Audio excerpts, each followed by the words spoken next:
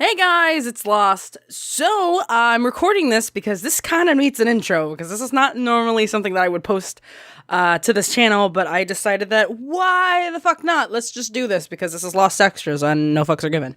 What you're going to see actually is a top 5 list that I did back on my old channel, like from a few years ago. Actually, the upload date on this fucking video looks like it was uploaded originally on 2013. August 2013 is when this was uploaded. So this is definitely dated content, as in one of the top 5s.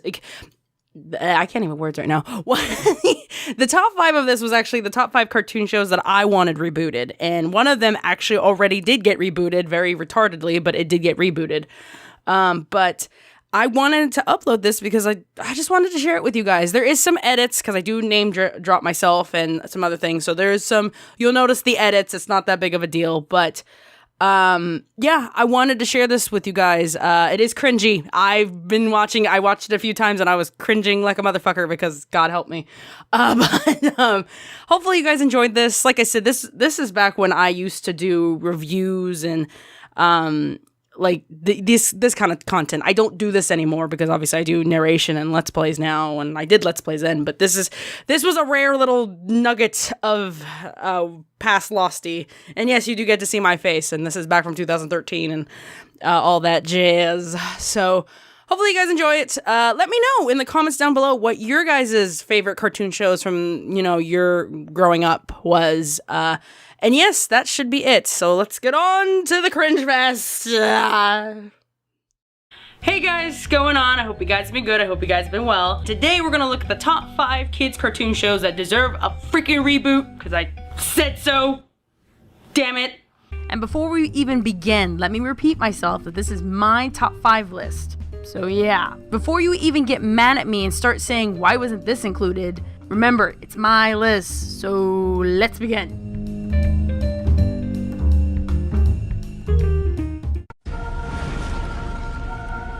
1,000 years ago, superstition and the sword ruled.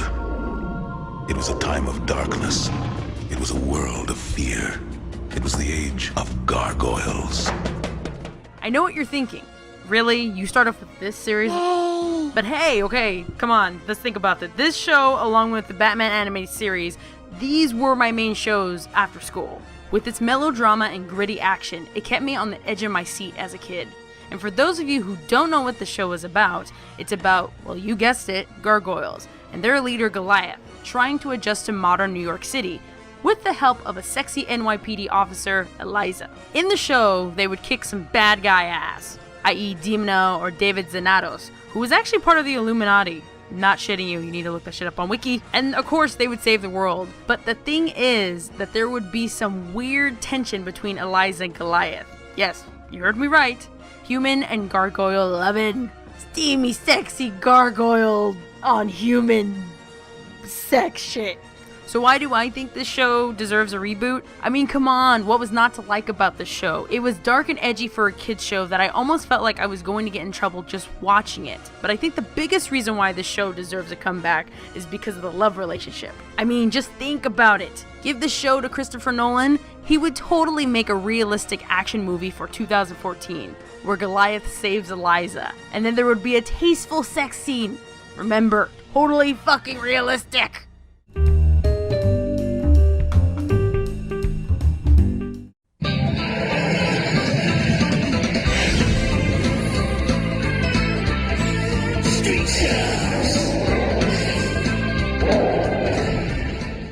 Okay. I know what you're probably asking yourself right now. The fuck is a street shark? They are by far the coolest mutated heroes to come out of the fucking 90s. The street sharks were 4 brothers who were kidnapped and mutated by the evil Dr. Paradigm, and now it's up to them to stop the evil doctor. The brothers team up every episode to stop Dr. Paradigm, who was also mutated with piranha DNA, hence why they call him Dr. Paranoid, and his deadly deviates from transforming the citizens of Fishin' City into mutants with no free will. I mean, yeah, the show was kind of dumb with all the fish puns, but the show was totally awesome! I'm here all night, people. Okay, let's be serious here. The Street Sharks are overdue for a comeback. I mean, sharks are totally in right now. You have Shark Week, Sharknado, Sharktopus, Shark Tank, Shark Tale. Oh god, that was so fucking bad. But you see, with all this shark shit everywhere, the Street Sharks would totally fit in perfectly with today's world. Especially if you get Michael Bay to do the explosion action-packed movie with, oh, I don't know, Imagine Dragons doing the theme song for the movie. It would totally be a summer blockbuster. And Imagine Dragons would totally release a summer album called Imagine Sharks. Money for all!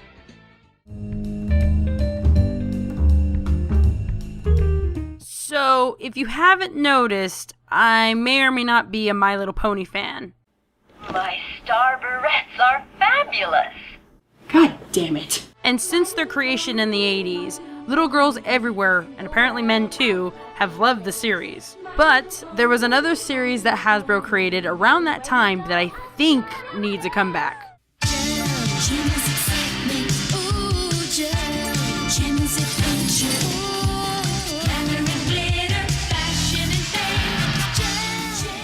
This show came out alongside Hasbro's toy line of dolls and other things based off the show. So yes, this show was a ploy to sell toys, but the show was actually enjoyable. The series revolved around, you guessed it, Jem, a mysterious lead singer of the group Jem and the Holograms. But she's actually Jerrica Benton, the owner and manager of Starlight Studios. So yeah, this is pretty much Hannah Montana before Disney shut out that idea, with 80s flair, and a freaking holographic supercomputer that helps out Jerrica. Hannah Montana don't have shit on this bitch. The show also had a rival band called the Misfits, whose antics seemed to screw up Jem's do-goody plans.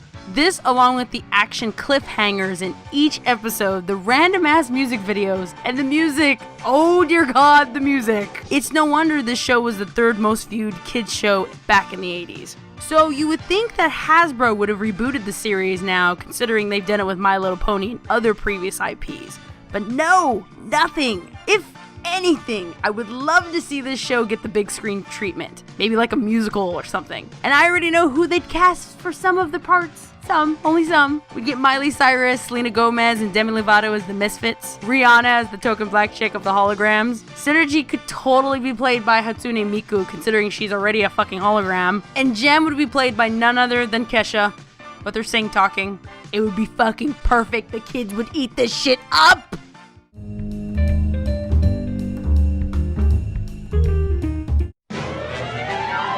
It's time for Animaniacs, and we're zany to the max. So just sit back and relax, you'll laugh and you'll we're Animaniacs. You guys knew that this show was going to be somewhere on this list. But I bet you're thinking, the fuck? Why isn't this number one? We'll get there, okay? Just chill. But for right now, we're going to look at what kids from the 90s believed to be the best cartoon show from that era. Animaniacs. Originally a collaborative effort between Steven Spielberg and Warner Brothers Animation, the show pushed the limits of what kids expected in cartoons. The show was about the Warner siblings, Yakko, Wacko, and Dot, who were cartoon stars from the 1930s, and were locked in the Warner Brothers water tower until 1990. They interact with various characters on the studio lot, including Dr. Otto Scratch-a-Sniff and his nurse assistant, Hello, nurse. But aside from this, there were also other characters within the show who had their own individual segments, like Pinky and the Brain, Slappy Squirrel, and the Good Feathers. I get it! It's supposed to be like Goodfellas, but Good Feathers. Shut up. From its broad mix of comedy to its comedic educational segments, Animaniacs would garner fans from both kids and adults, and it would become the second most popular show during its run, right behind Mighty Morphin Power Rangers. I would love to see this show rebooted because, I mean, hell, look at all the crap that's on TV now. Kids need real entertainment now, and instead of all the weird gimmicks that I've suggested for all the other cartoons on this list, I would love to see this reboot remain true to the series. No movie, no stupid concept for Hollywood to bastardize. Hell, this show used to make fun of the industry that it was a part of, and it didn't take itself seriously in the process. I think that's why so many people still love this show. That, or maybe because of... Hello, nurse.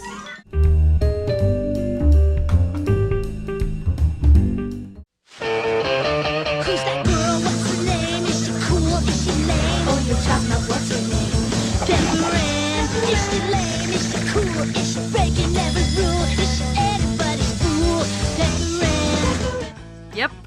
this one is number 1. And before you get your pitchforks, hear me out.